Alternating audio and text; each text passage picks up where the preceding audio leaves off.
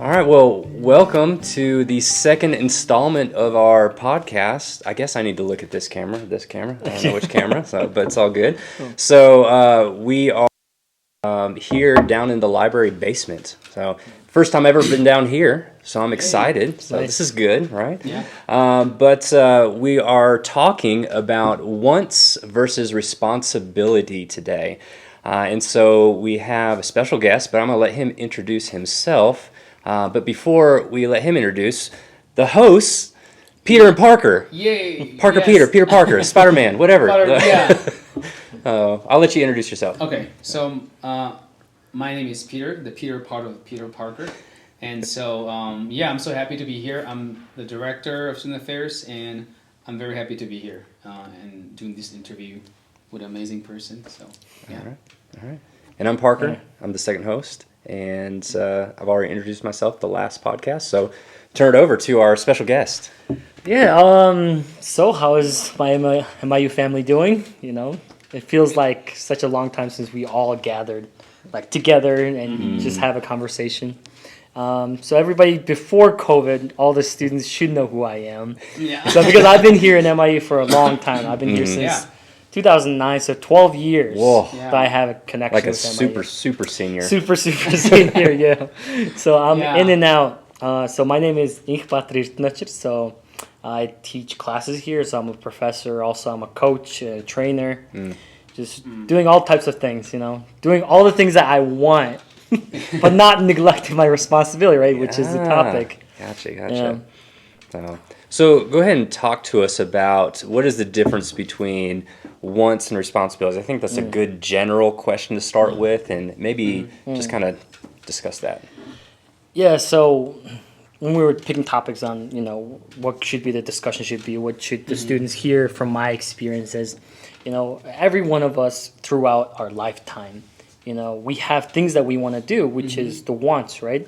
Some of them are good, some of them are not bad, but not all the wants line up with your responsibility. And one of the things that I dealt with was, you know, when I actually, last year, there was an opportunity for me to actually be part of Sports Medicine and Research Center, the first one in Mongolia.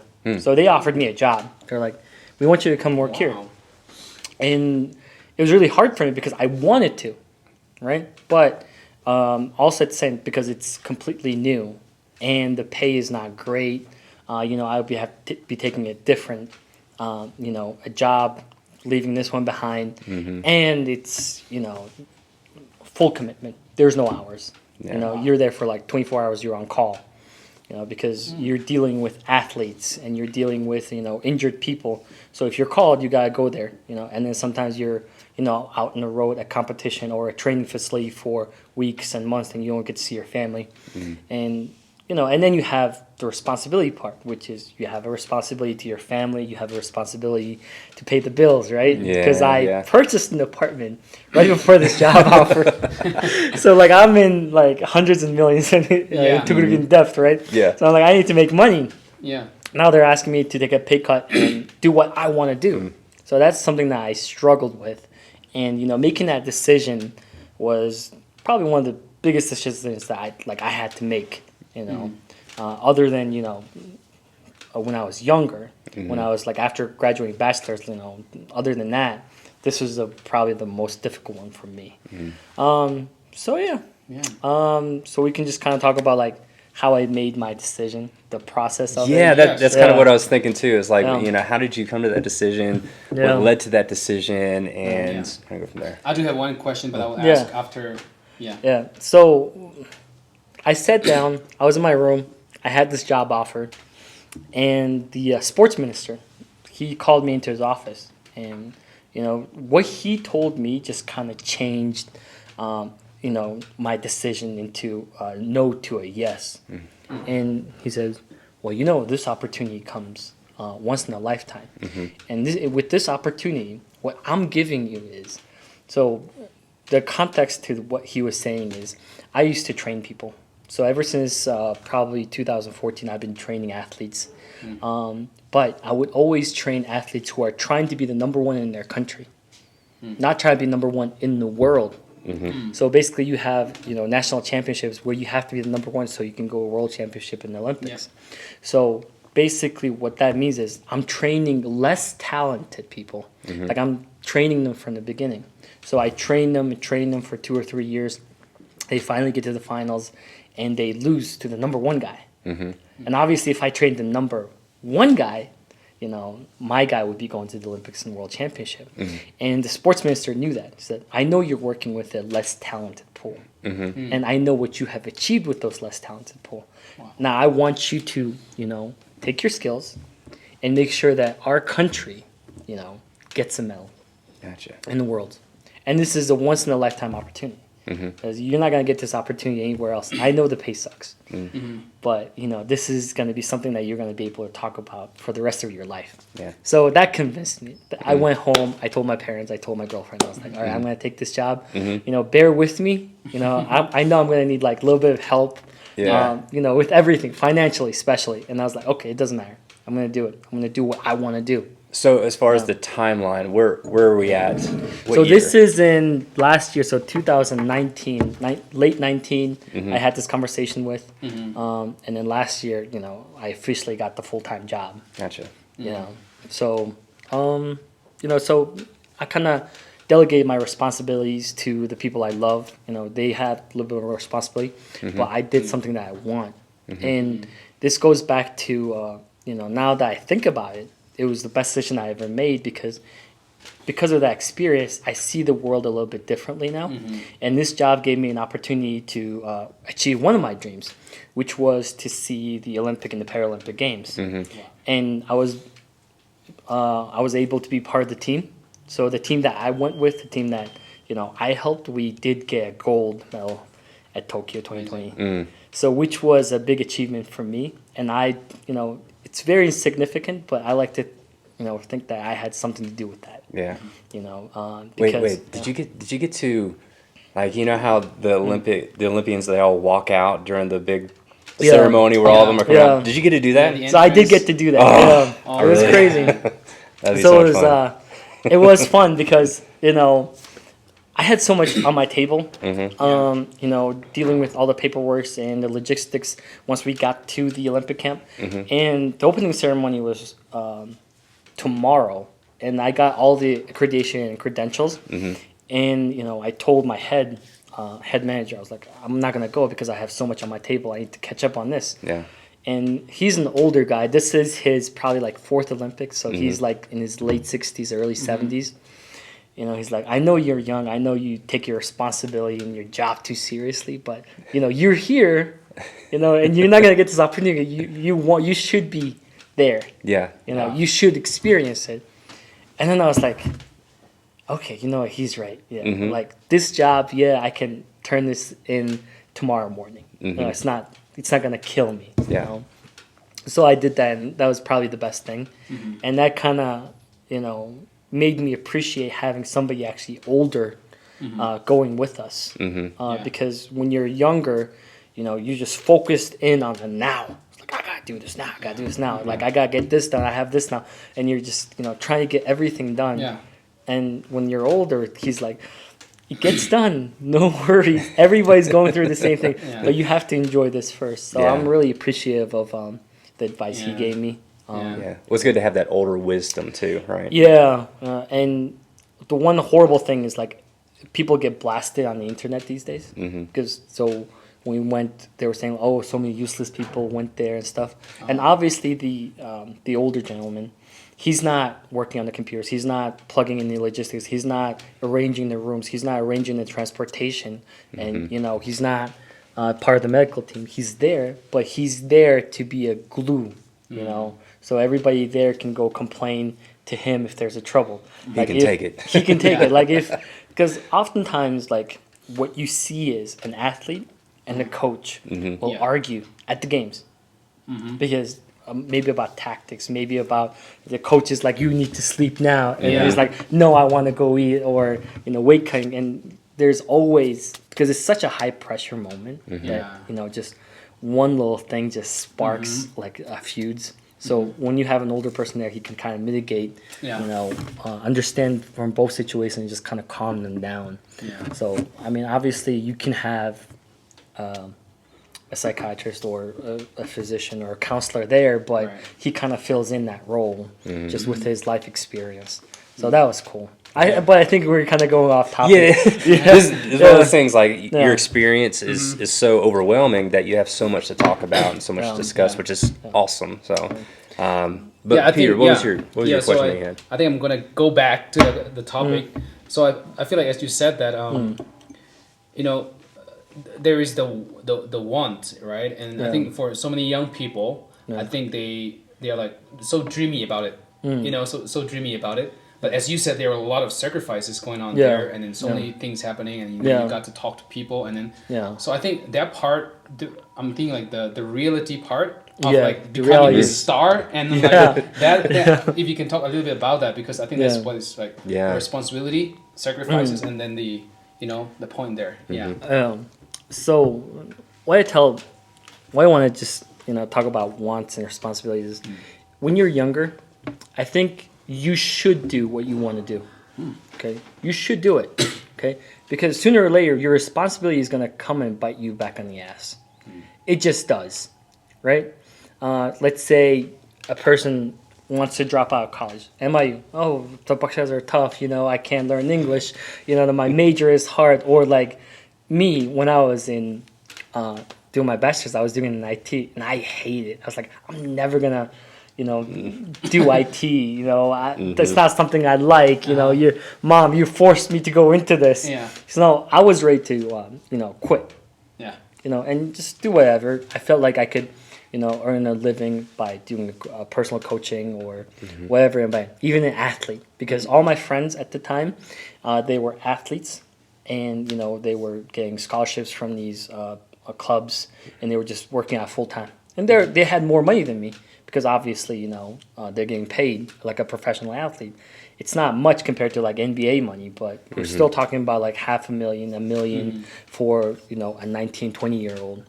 So if I had dropped out, right? If I had dropped out and neglected my responsibility, then I probably wouldn't have gotten the opportunity to get all the jobs and all the traveling that I had to do. Because even though I hated my degree, once I got my diploma and it said, hey, bachelor's in information technology, IT, I was able to apply for something that I loved, which was health and kinesiology at Southeastern Louisiana University. Hey. So he's from Louisiana, so he knows what I'm talking about. So I was able to go to my master's, and in a completely unrelated field, right? Because you have IT and then you have health and kinesiology, completely different. A lot of prerequisite classes, but the dean, the person who was in charge, Dr. Nakin and Dr. Hubbard, they were awesome, because they're like, you have a background in IT and you're tech savvy, right? And basically when you major in IT, you kind of able to figure things out like logically. So it's like a really good base for everything. So they were like, you're going to be able to figure out, and if I didn't have that diploma and I said, I really want to learn health and kinesiology, they wouldn't accept me because I don't have a diploma. And I wouldn't be sitting here saying that I went to the World Championship, to the Olympic Games. I wouldn't even be able to say, I'm training, world-class athletes. Because it matters how people perceive you. Once you tell them I'm, highly educated, I have a degree in this, I have a degree in this, people view you differently. You could say the same thing, but how athletes perceive you and how students perceive you is so different. So I think that's where the wants and responsibility kind of because when you want something you really don't see in the long term, you don't see how this is going to help you. So it's more like stick to what you're doing right now, like just be faithful to that first, at least what you can do right now. I think with the things about parents, right? My parents are awesome people, but they're high pressured people. So when I was picking my major, right, they told me to pick IT. I actually wanted to go to BT because biochemistry and health and everything was a little bit of something that I loved doing. But they said IT because that's the future, right? That's the future. And I didn't like it. I fought them on it, but I still, end of the day, they won. I don't regret. Exactly. Look at now. Yeah, I don't regret. And and hearing you talking about this, I'm from the U.S. and so this is very different, right? Because in America, we're like, what do you want to do? And it's like you dream about what you want to do, and the parents are like, you choose what you want to do, right? And so to have parents have some say over that is crazy. It's not necessarily crazy, but it's just definitely different, culturally different. So but now, going back, I'm gonna kind of negate everything I just said right now. Even though for me it worked out, like if the situation is reversed, but we are in 2021, I wouldn't give the same advice to the parents. Like the kids, okay. The thing is, at that point in time, my parents were able to see, okay, maybe IT is the future. Right? Right now, what I see is like our older parents, right? Like parents, when they're in their, early 40s, late 50s, when you have a kid, they're so disengaged from what's new because of what's trending. Like, for example, like my parents don't know what TikTok is. They don't know what being a TikTok star means. Like, they don't understand how can you have like 100K followers and make money? Like it baffles them. So like if someone comes to them and their kid's like, I want to be a TikTok star, I need to get more followers. They're gonna be like, what are you talking about? How are you gonna make money? They're not gonna understand it, right? But for me, I'm like, if that's your passion, right, and that's what you want to do, I don't care what your responsibility is to your parents. You need to do that. You need to follow that. You might crash and burn, but you need to do that, right? But the responsibility part is when you're doing that, you can't be lazy. You gotta be 100% committed, and that's like at the foundation of it, right? Because if you know you're lazy, like in the bottom of your heart, everybody knows when they are lazy and when they're making a bad decision. Right. And I think that's a good point to make because we need to realize that our responsibilities can bleed over into our wants, right? For example, it's like, hey, I want to get an A in this class. All right, you can't just be lazy about it. You got to be responsible with your homework, all those kind of things. And so, wants and responsibilities aren't just opposite; they can play into each other a lot. Definitely. But with them, like if you know you're gonna be 100% committed, and you're gonna be willing to sacrifice your sleep to be a TikTok star, to be an Instagram model, like you're ready to go in there and create content. Day in and day out, you should do that because I think there's future in that. I can see that, right? But now, like as I age, like maybe in 5 years, I will not know what's in and what's not, and that's like the dynamics of it, right? Like as we get older, like we're supposed to become smarter and have more wisdom, right? But with how society is just it's just rapid pace growing. Honestly, like I'm disengaged with some of my students because when I just came back and graduated like 2017, like I could converse with my students and that was, we liked almost the same music, we were into what they were into. Now, like you get the fresh and you're like, what are they talking about? You know what this means? You're just becoming an old man. That's what it is. Which is not cool. I don't want to be the old man. You can be the cool old man. That's what I am. Yeah. I think then can we just like can I ask another question here? What if some a student says this? I'm kind of worried about my future. What if I can't find a job after I graduate? So in what I'm trying to bring in, as you have mentioned so many like I don't know, we were talking about this in our class. We're like, real job. What is a real job? What is a real job? And so like what do we do? It looks like I think if we consider all these Instagram and TikTok and YouTube, these are all job. But then a student like asking this question would be like, what is this? So he's worried, and so can you speak a little bit? I would say like if you can pay your bills with that, what you are doing, that's a job. If you can pay the bill, that's a job, right? But with jobs, it's kind of interesting because So I started working when I was 12. I know it's illegal, but I started working. Hang you under the table. Yeah. Right? So under the table, I started working when I was 12, and throughout my lifetime, I have changed about 9 jobs. So I've been at 9 different jobs since I was 12 years old. Yeah. So that's 9 different managements, and they're all real jobs because they all paid money, and that's how I view jobs. Okay. And as far as that student goes, I'm gonna tell him, don't worry about finding a job because there's so much. It's about finding the job that you want to do. That's the tough part because. So I kind of want to go to my brother because we kind of led the same life up until our graduation. So he also graduated from Southeastern. I graduated from Southeastern.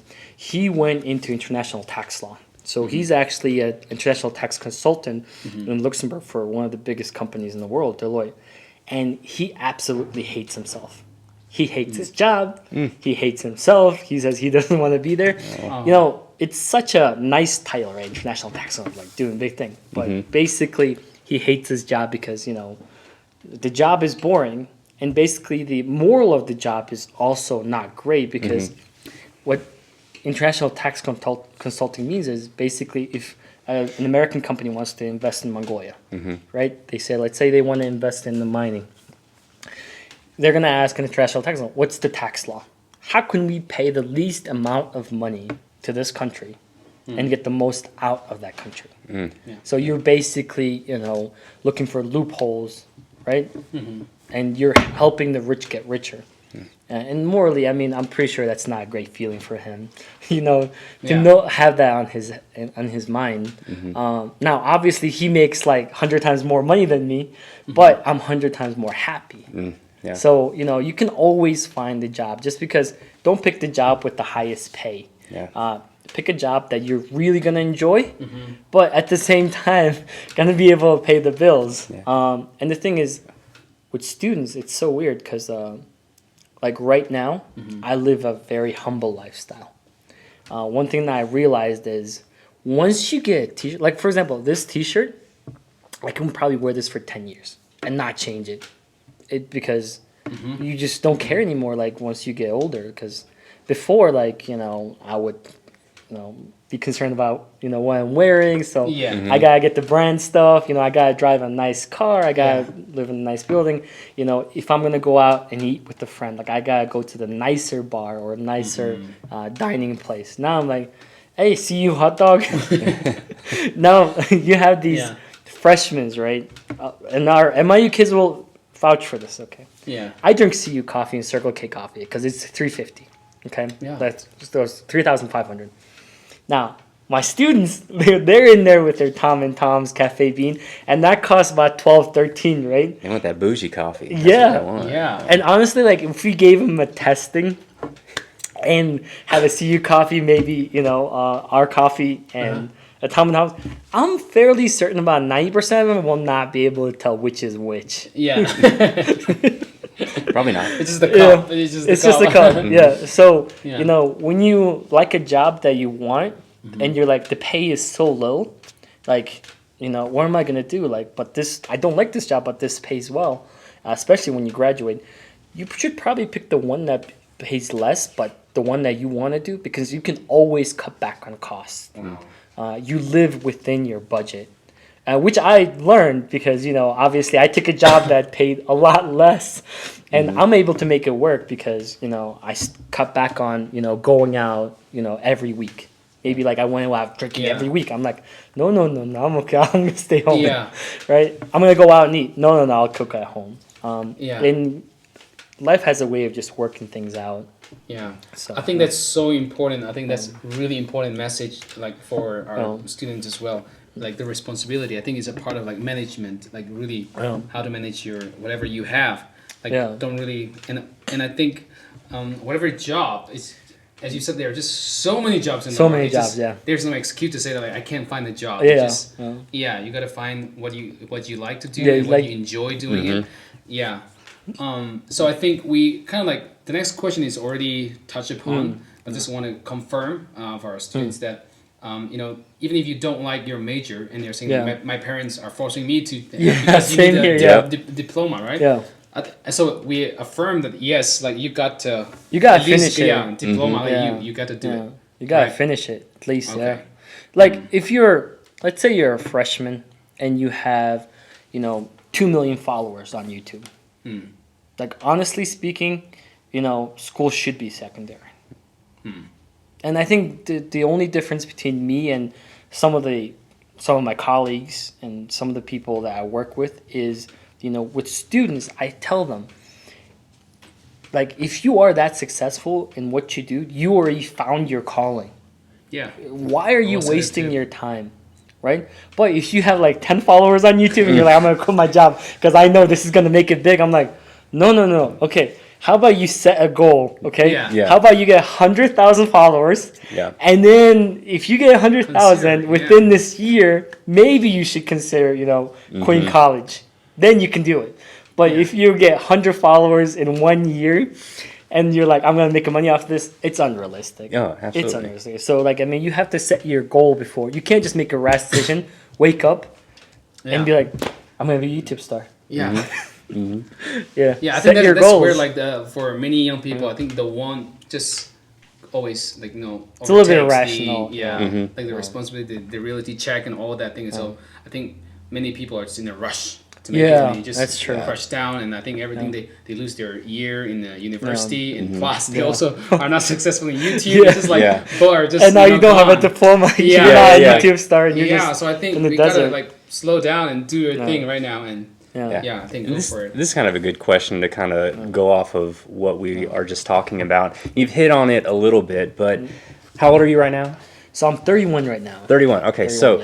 Looking back, what would you tell your 20, 21, 22-year-old self? What advice would you give yourself?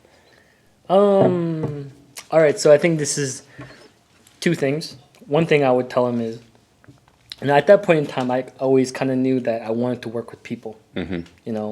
Coaching, training, and being a professor, they're all kind of same thing because you're working with people. And one thing is, I always knew, I was not going to be a great athlete. I just didn't have the physical ability to do it, and I didn't have the mental toughness to do it. And I knew my weakness. But I knew that if I can find somebody with the right attitude and the right mental toughness and the right body, right, I can train them and lead them to the promised land. Even if I can't go there, I know I can prepare somebody. So I knew what my calling was. But I was I was 20, 21, so you're not really going to be saying that kind of stuff. Because if you tell somebody that kind of stuff, you tell them, oh, I know I'm not capable because my body's not physical and I'm mentally weak. And if you admit that at that point in time, all your friends are going to make fun of you. Your coaches are going to be like, what the hell are you talking about? So, and I would tell them, it's okay.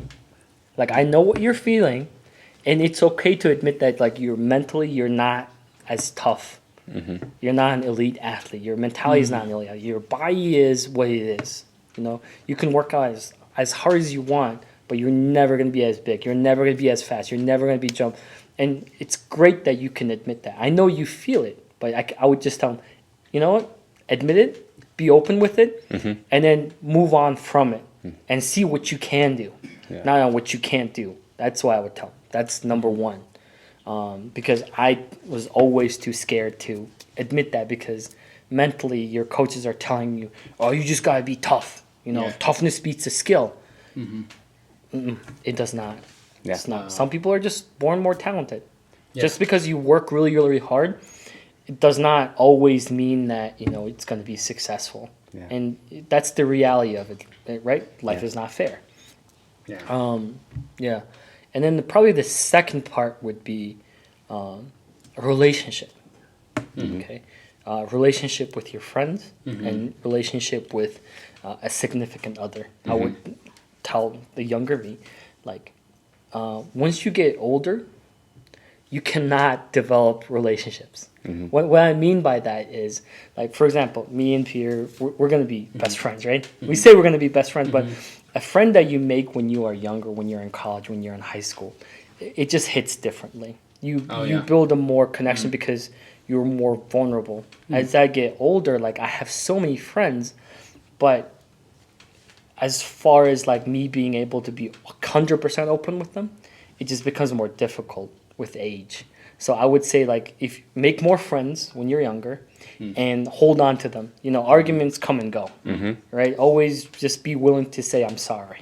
You know, because I lost a couple of friends because, you know, of my ego where I was like, whatever, I don't need you. I can make it by myself.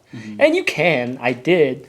But, you know, if I had those people in my life, it would just be a lot more nicer. Yeah. So I would probably, and especially with significant other, just say sorry. Yeah. Just say sorry. Like when you're younger, you just want to fight. And now, like with my girlfriend, like probably gonna be, you know, my wife very soon. I just feel like, I'm sorry.